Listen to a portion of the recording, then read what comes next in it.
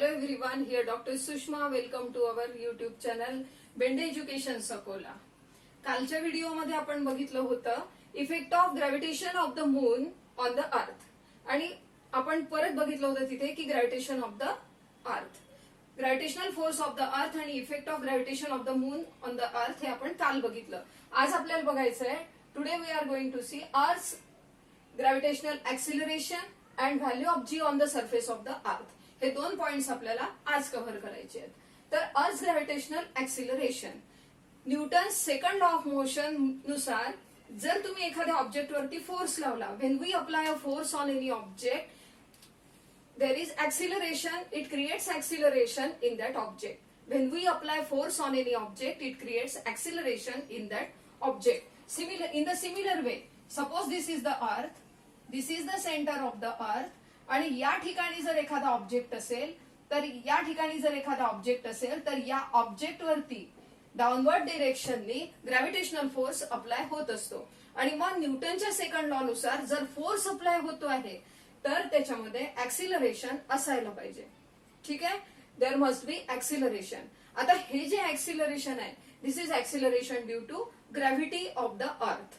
अर्थच्या gravitational फोर्समुळे हे acceleration create झालेलं आहे. So this acceleration is called as earth gravitational acceleration. हे जे अर्थ ग्रॅव्हिटेशनल ऍक्सिलरेशन आहे, it acts in downward direction because the direction of the force of the gravitation of the earth is in downward direction. हे force downward डिरेक्शनने असतो म्हणून ते acceleration सुद्धा downward डिरेक्शनने असतं. ठीक आहे, मग आता हे जे आहे acceleration due to gravity, it is denoted by small g. Small g या इंग्लिश अल्फाबेट लेटरने ते दाखवलं जातं आणि it has magnitude as well as direction and so it is a vector quantity. ती वेक्टर क्वांटिटी असते, आपल्याला त्याची व्हॅल्यू काढता येते. मग आपल्याला आता सेकंड पॉइंट शिकायचं आहे value of g on the surface of the earth. Value of g on the surface of the earth, हे जर सरफेस ऑफ द अर्थ आहे, या ठिकाणी जर आपण एखादा ऑब्जेक्ट आहे असं आपण गृहीत धरलं आणि हा सेंटर ऑफ द अर्थ आहे, then by Newton's universal law of gravitation, by Newton's universal law of gravitation, Newton's universal law of gravitation नुसार F is equal to GMM upon R square. This is equation 1. F is equal to GMM upon R square, where capital G is universal gravitational constant. Its value is fix throughout the universe. Capital M is mass of the earth, small m is mass of the object, and R is the distance between object and center of the earth. Here it is object, it is center of the earth. This is small r. ठीक है? But we know that F is equal to m into a. हा formula आपल्याला सगळ्यांना माहितीच आहे. F is equal to m into a. मग आता equation 1 मध्ये पण F ची व्हॅल्यू दिली आहे, इक्वेशन 2 मध्ये पण F ची व्हॅल्यू दिली आहे. तर आपण ह्या दोन इक्वेशन नुसार असं लिहू शकतो m into a is equal to GMM upon R square. Here m cancel, we get a is equal to gm upon r square. हा जो a आहे हा एक्सिलरेशन आहे. This is acceleration due to gravity of the earth. So we can write it as g. g is equal to gm upon r square. आता ही जी g ची value आहे, ही g ची व्हॅल्यू याच्यामध्ये कुठेही तुम्हाला मास ऑफ द ऑब्जेक्ट दिसत नाहीये. तर g ची value it does not depend on mass of the object. Object छोटा असो मोठा असो, जी ची व्हॅल्यू कॅल्क्युलेशन करून जेवढी येईल तेवढीच त्या ठिकाणी राहील.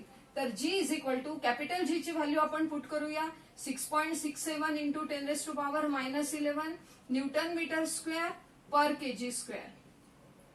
M ची व्हॅल्यू पुट करूया 6 into 10 raised to power 24 kg upon R square.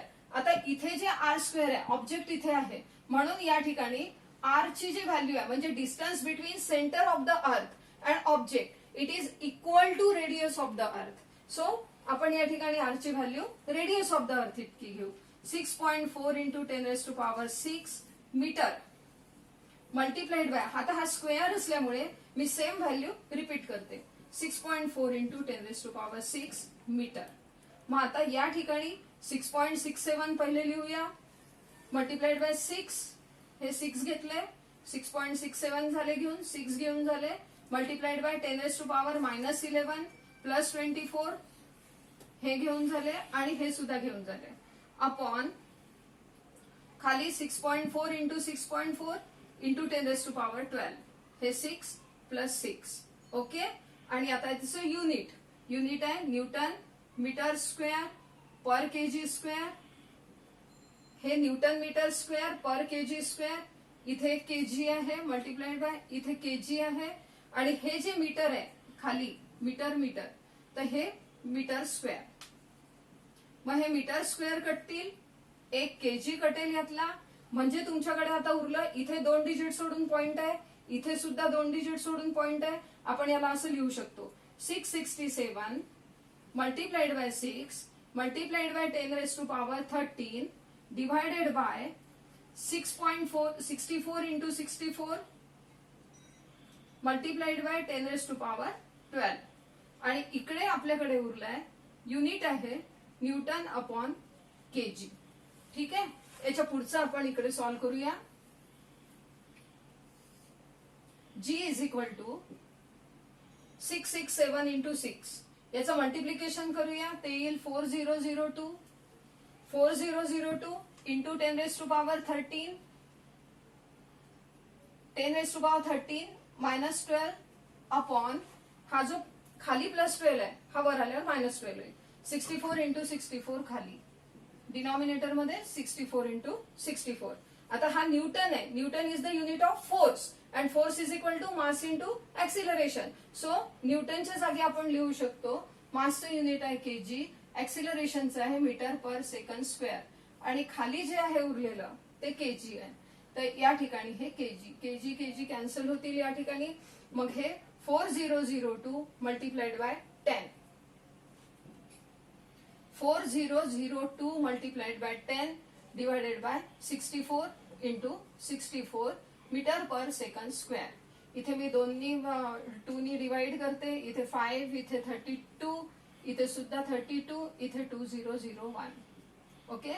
G is equal to 2001 into 5 divided by 32 into 32 metre per second square. हे तुम्हाला सॉल्व्ह करायचं आहे. हे 2001 इंटू 5 करून घ्या. तुम्हाला 10,005 हे 20 आणि 10 डिवायडेड बाय 32 इंटू 32 मिळेल. 32 चा टेबल तयार करून घ्या आणि याला 2 वेळा डिवाइड करून घ्या.